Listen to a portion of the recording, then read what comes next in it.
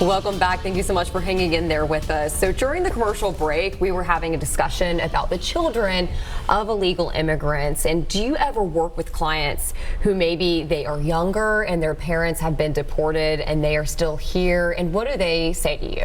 Well, that is one of the biggest fears from our clients. It's this family separation issue. Most of our clients have families here in the U.S. They have children that have been born here. Some children have been born outside of the U.S. And so right now, the biggest fear for a parent is not being able to obtain a residency and be able to stay here in the U.S. in the long term, and then making a decision of, well, now I have to go back home. My children who are born here and who are your citizens are going to stay here. Most of them are really young sometimes, and then how do you deal with that? There's so much. The effect is just on a big level of like affecting not only children who are U.S. citizens, affecting lawful immigrants that are here in the U.S. who then have to make a decision on how to separate or fragment a family.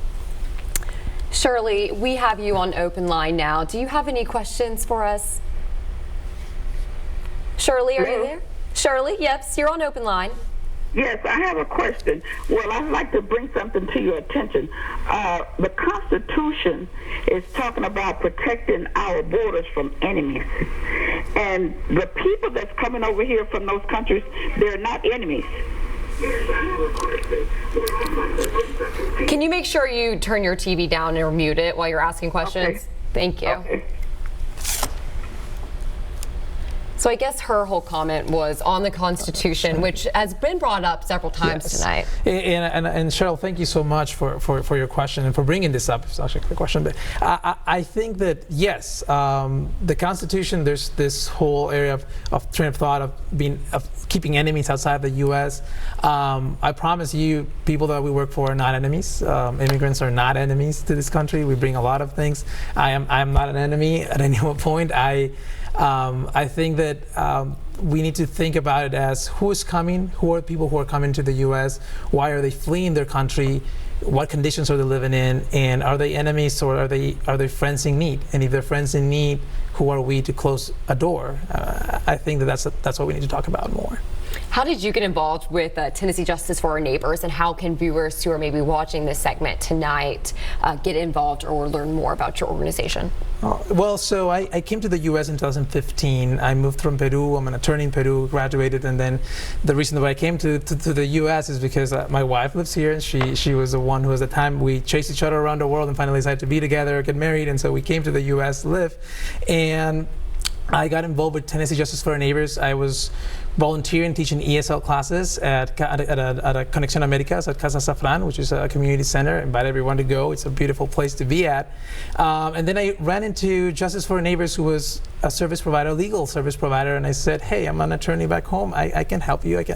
And I got involved in the work, which has transformed my way of looking at the law and the practice that I do. And so I think that the impact that a lawyer can have, not only his practice in a corporate level, but the impact you can have on an individual, on a human being, I think is something that if you're an attorney, we have a lot of law schools in Nashville. If you're an attorney, graduated, and you want to help us, there's a lot of work. There's a lot of clients looking for representation, families who cannot afford having an attorney, and the numbers back up that if you have an attorney on your side and you go to court, then the likelihood of getting a successful case is way stronger.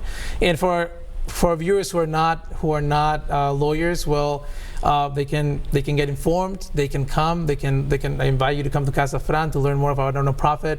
You can go online. We're online on tnjfund.org. That's tnjfon.org. We do fundraisers. You can come and learn more about what we do, meet our team, and support us. That's what you can do.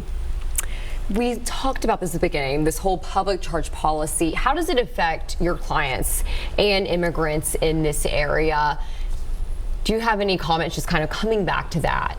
Yes, I think everything goes back to fear. That's the immediate effect that's happening that's having on most of our clients, and not just clients, just callers that immigrants calling and just stating how fearful they are about being here. And I think that unfortunately the message that's out there is a message of get out of here, don't come here, enemies. I think that we should be more inclusive. We should definitely open up the conversation, but very open hearts, and try to look into who's trying to come, why they're trying to come, and see it from that level. Right now, what would the process be in order to attain citizenship if you are an undocumented immigrant? And would you say it's extremely difficult right now in our country? It's extremely difficult. If you're an undocumented immigrant in the U.S., the path to citizenship is extremely difficult. There's only certain situations in which you can change that. There's a lot of the one of the things that makes it very difficult right now is that if you're in the U.S. Undocumented and you've been here undocumented for a while, just the fact to complete a process of adjusting your status would mean that you would need to leave the U.S., go back to your home country, and then apply for your green card from the outside. But the fact that you leave the country triggers a ban for you to come back in 10 years, and that's an easy, simple way of saying it. There's a lot more that goes through it, but basically, even if you are able to adjust at this time and become a permanent resident and then apply for a citizenship, just the fact that you're required to leave and that you've been here undocumented for any reason would mean that it would take a long time for you to even be able to come back with the documentation required. And when we're thinking our clients, we're thinking families that are here that could obtain citizenship in the long term, but they would need to leave their kids, leave their families here for 10 years to then apply to re-enter with the proper documentation. And I think it's unrealistic. I don't think anybody would leave their families for 10 years and then reapply. I think I saw an article recently that there is a strong demand now for immigration attorneys. Where are you working now? What are your future plans? And what would you say to someone who's maybe a high school student or someone in college looking into getting into immigration law? Yes, there's the topic of immigration right now. It's all over the news. I would say try to get involved in it.